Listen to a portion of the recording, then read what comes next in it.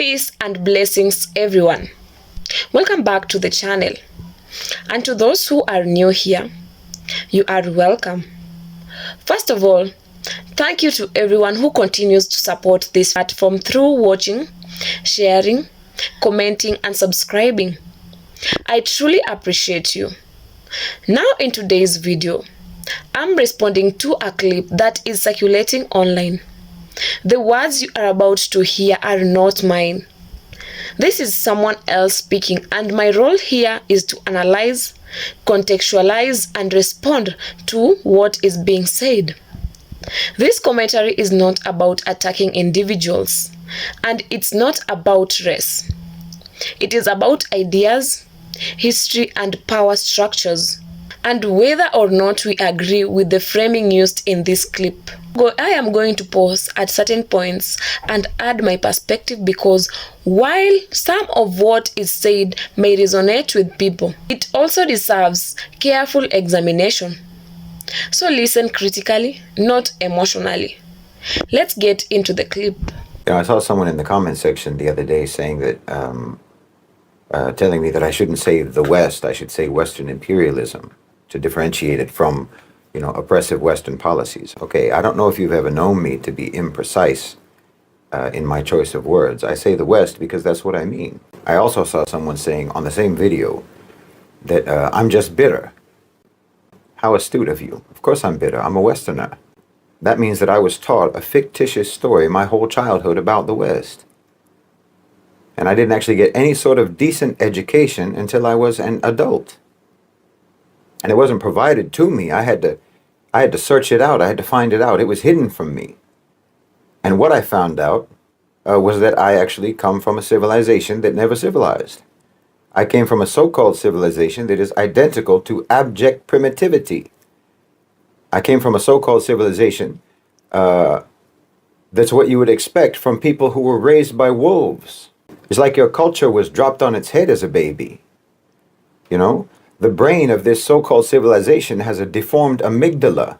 The prefrontal cortex of the Western mind is missing.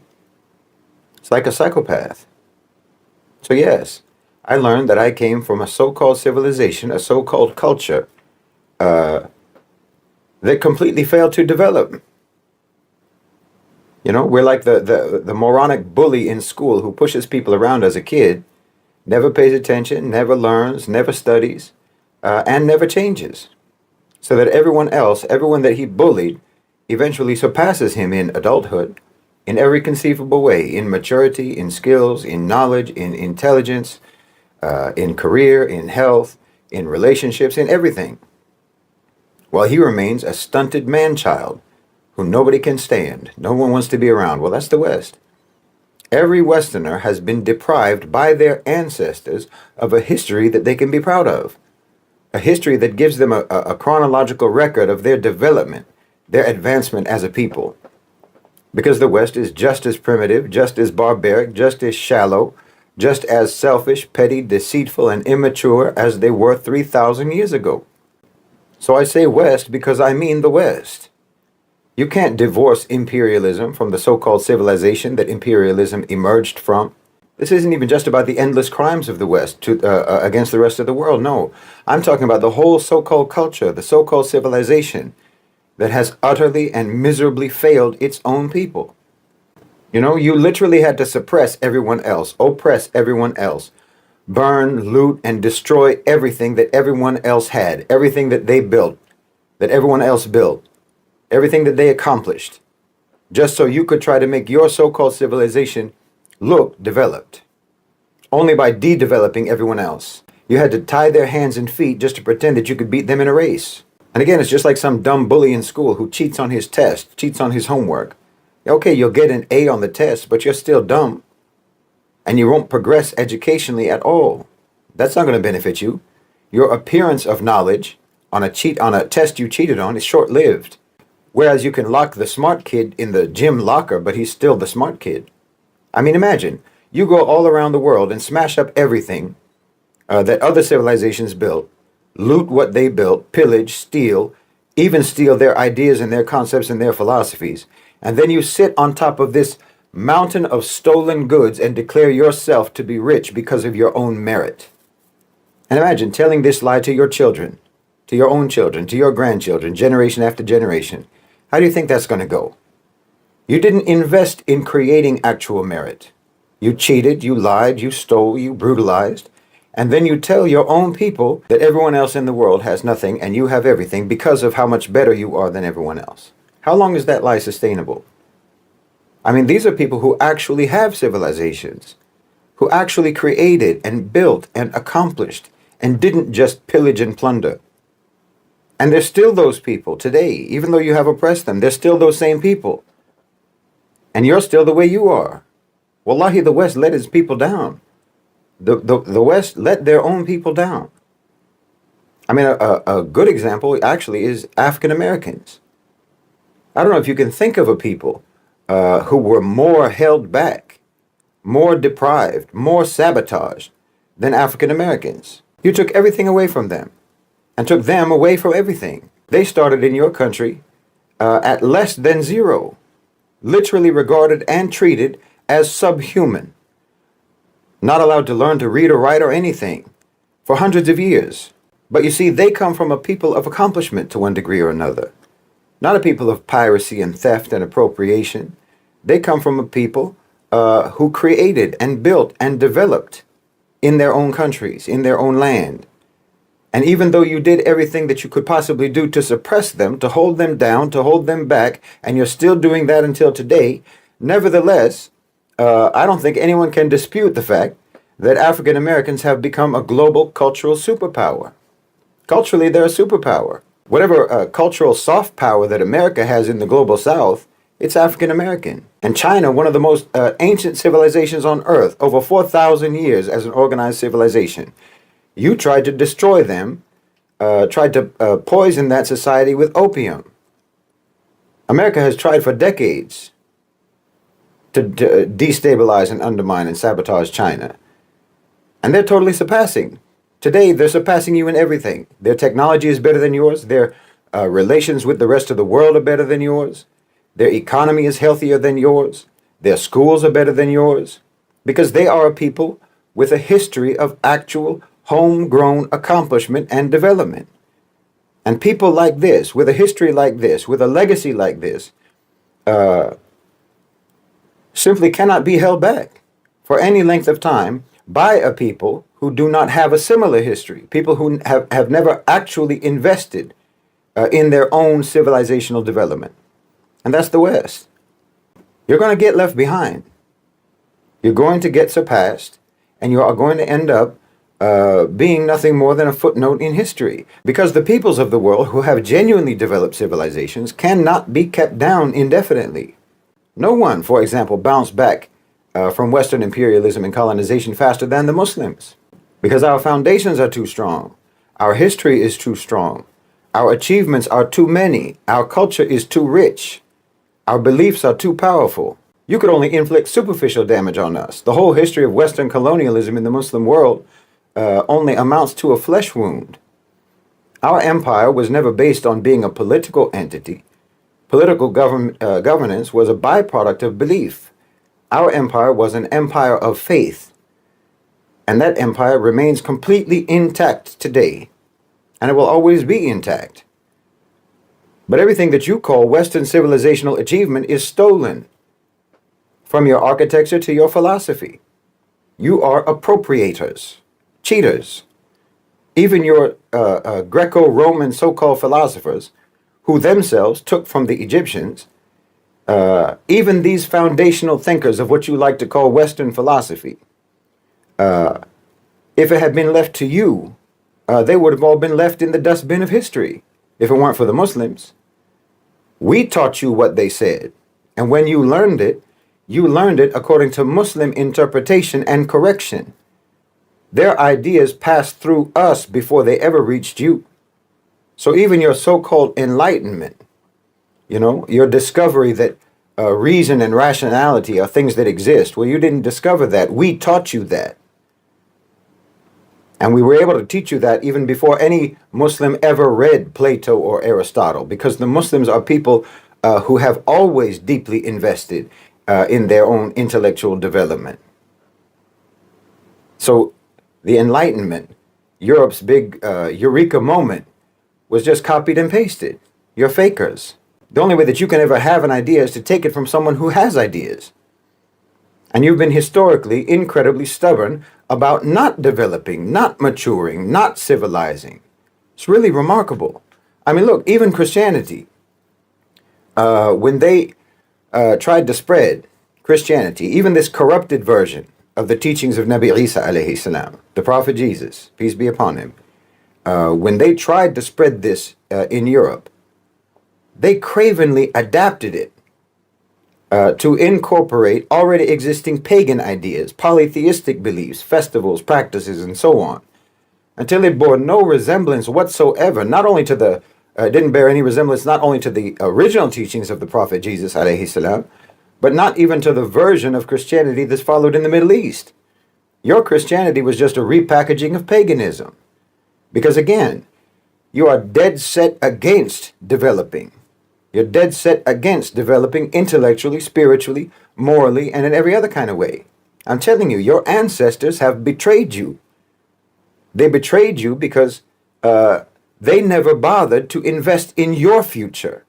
They never bothered to actually create and develop as a people. And they only took and stole and pillaged and pretended.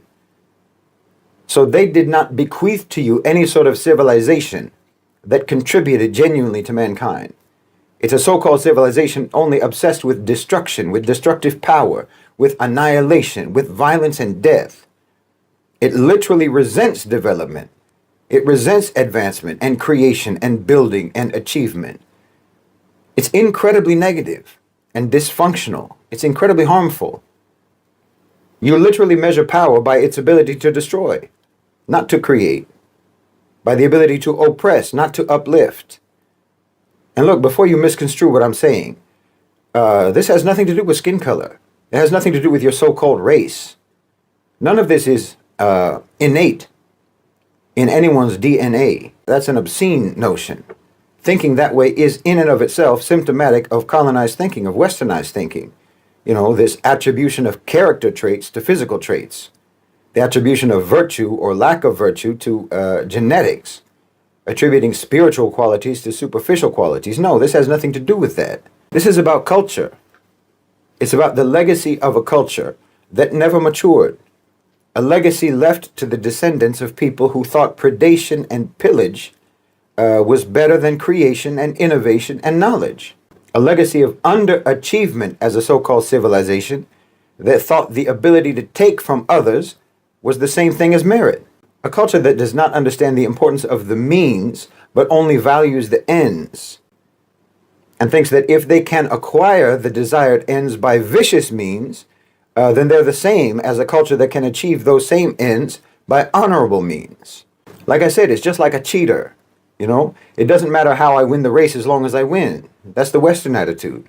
So even if I win by chopping off the legs of the other participants, I can still consider myself to be the best and fastest runner. You see, even if I'm not genuinely an athlete, even if I'm not actually even fast, even if I never trained and I have no discipline and I have no ability, I get to call myself an Olympic champion as long as I can get that gold medal, even if the way that I get that gold medal is by shooting the actual winner of the medal and stealing it off his chest. Everyone has to praise me as a great athlete now because I have the medal. This is literally the Western mentality. That's a failed culture. It's a culture that has failed its own people. But yes, this is not innate. It's not inherent. It's not about white people. I mean, just terms like this, white people, black people, and so on, as if any people are actually literally white or literally black. You came up with these terms just to try to impose the idea that these are opposites, even though all people are actually just shades of varying degrees.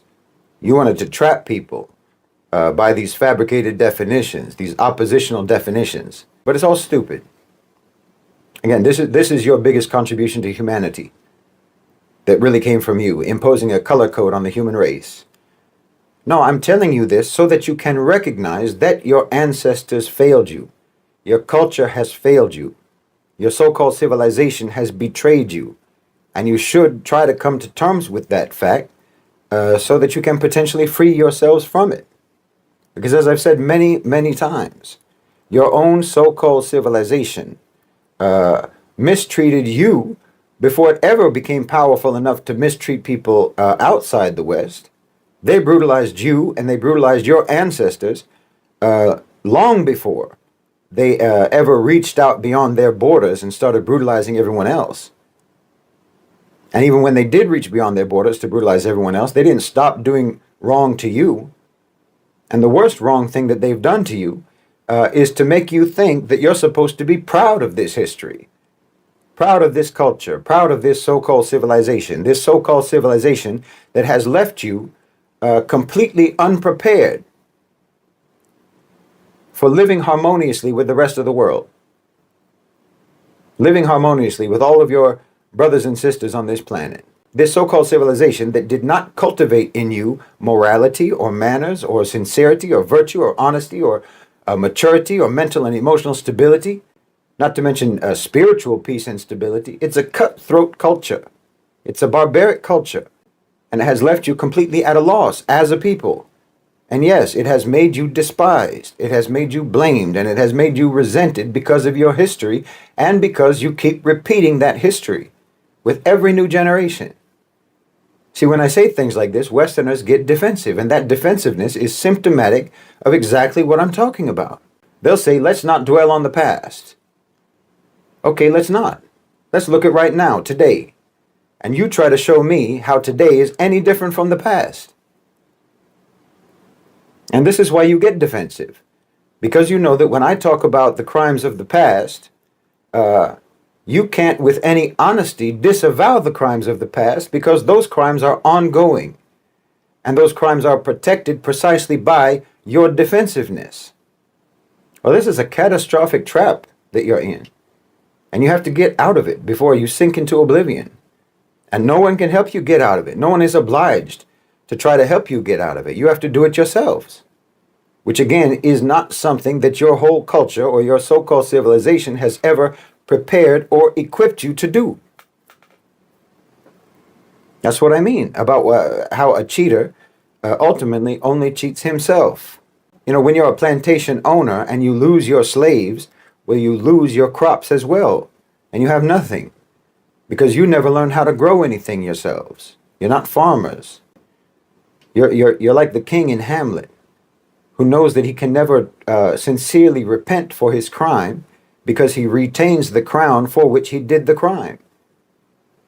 And you don't want to relinquish your ill-gotten gains. You don't want to give up that stolen crown. So you get defensive instead of repentant. And there's no solutions for you in your own history. No return to traditional values or what have you. No, that's not going to help you. I mean, trying to go back and emulate the very ancestors who failed to build a genuine civilization and who set you on the very path to oblivion that you're on now, that's not a remedy. So-called Western civilization is a myth, and you're not going to find any solutions as long as you hold on to any belief in that fiction. Your history does not contain any guidance for you, except insofar as it shows you very clearly how not to be.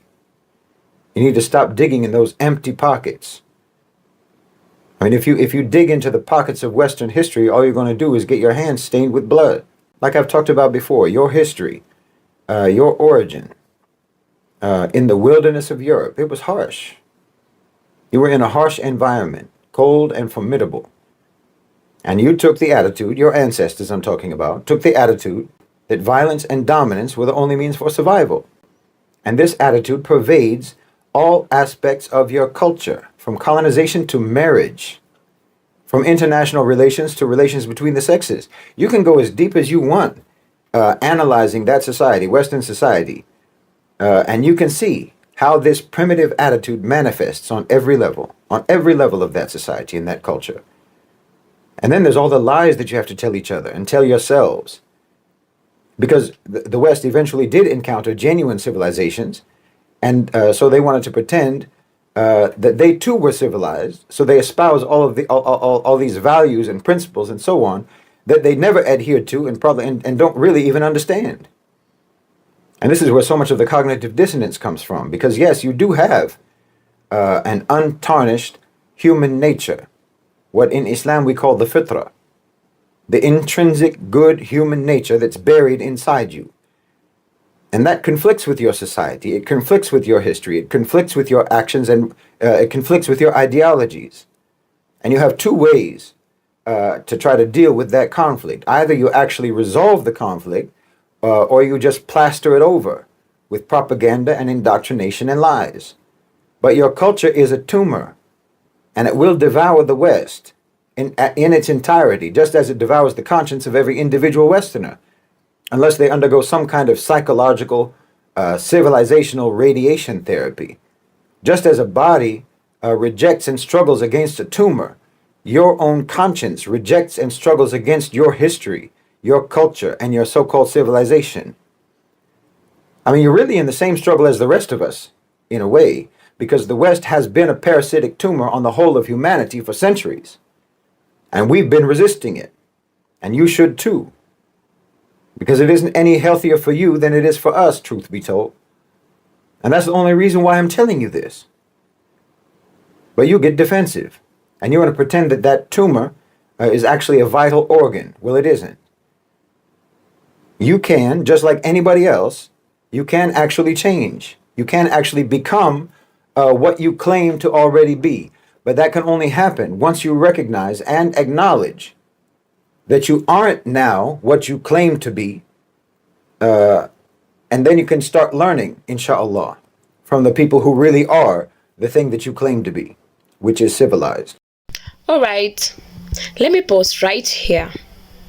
One of the first things he addresses is the criticism he received for saying the West instead of Western imperialism.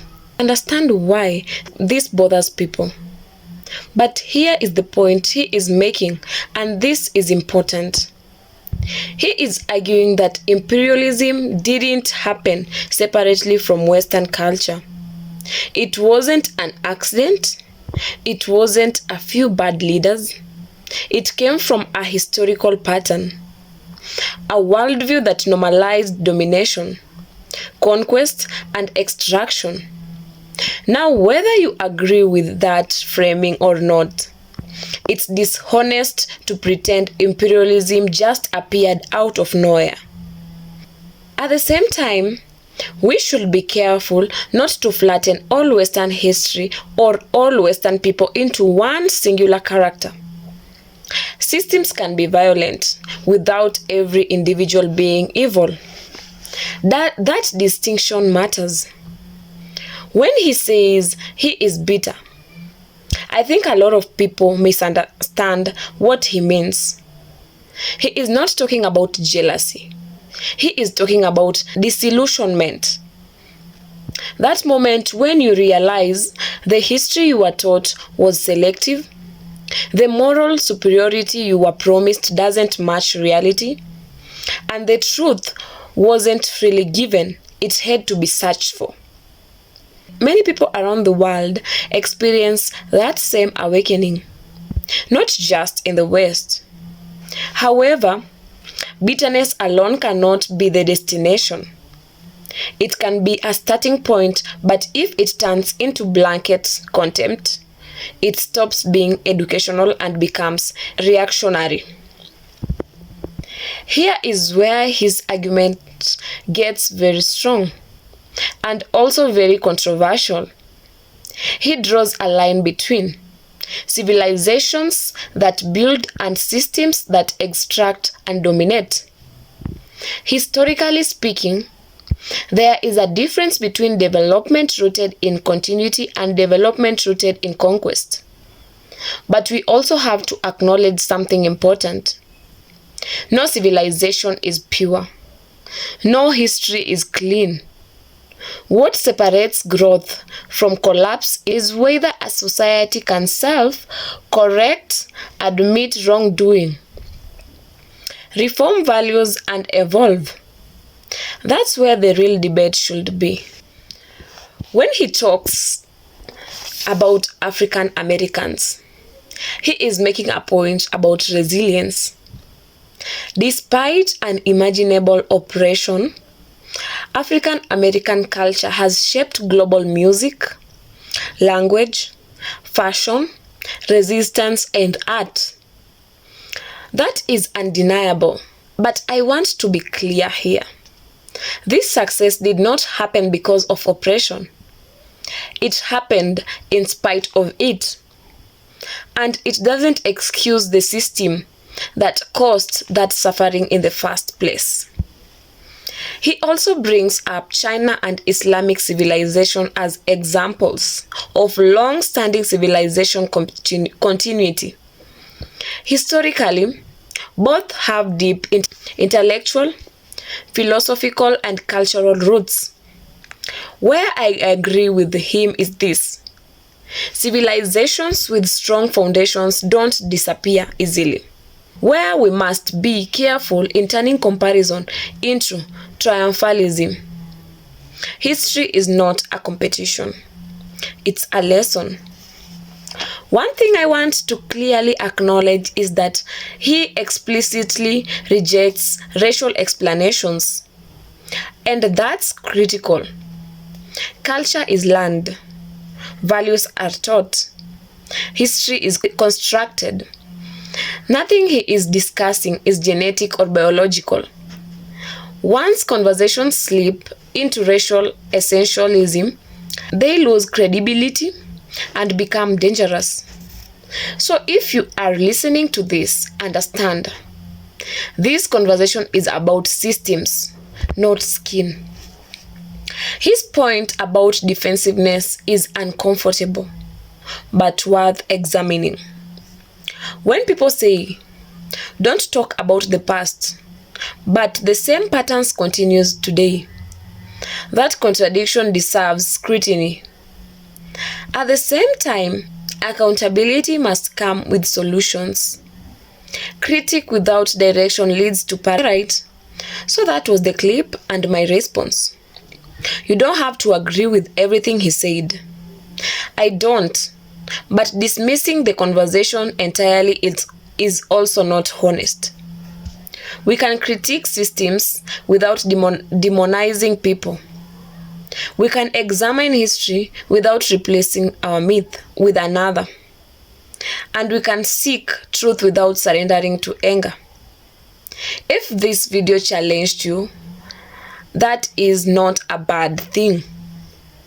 Growth usually is uncomfortable. If you found value in this discussion, like the video, share it and subscribe. Let me know your thoughts in the comments. Respectfully. Thank you for watching. Peace and unity.